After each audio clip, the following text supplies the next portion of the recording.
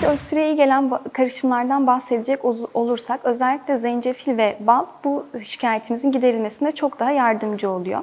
1-2 tatlı kaşığı kadar toz zencefil ya da bir fındık büyüklüğü kadar taze zencefili 5 dakika sıcak suda kaynatıp içerisine bir çay kaşığı bal ilave edebilirsiniz. Öksürüğünüze daha iyi gelecektir.